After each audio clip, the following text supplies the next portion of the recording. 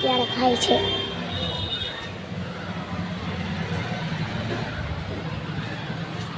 અમારા કૌશિકભાઈ છે દોઈ થોડા થોડા જાય છે.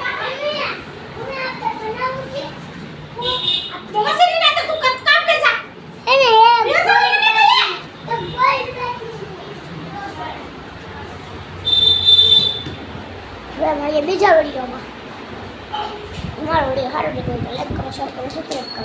હવે મળીએ બીજા વિડીયોમાં.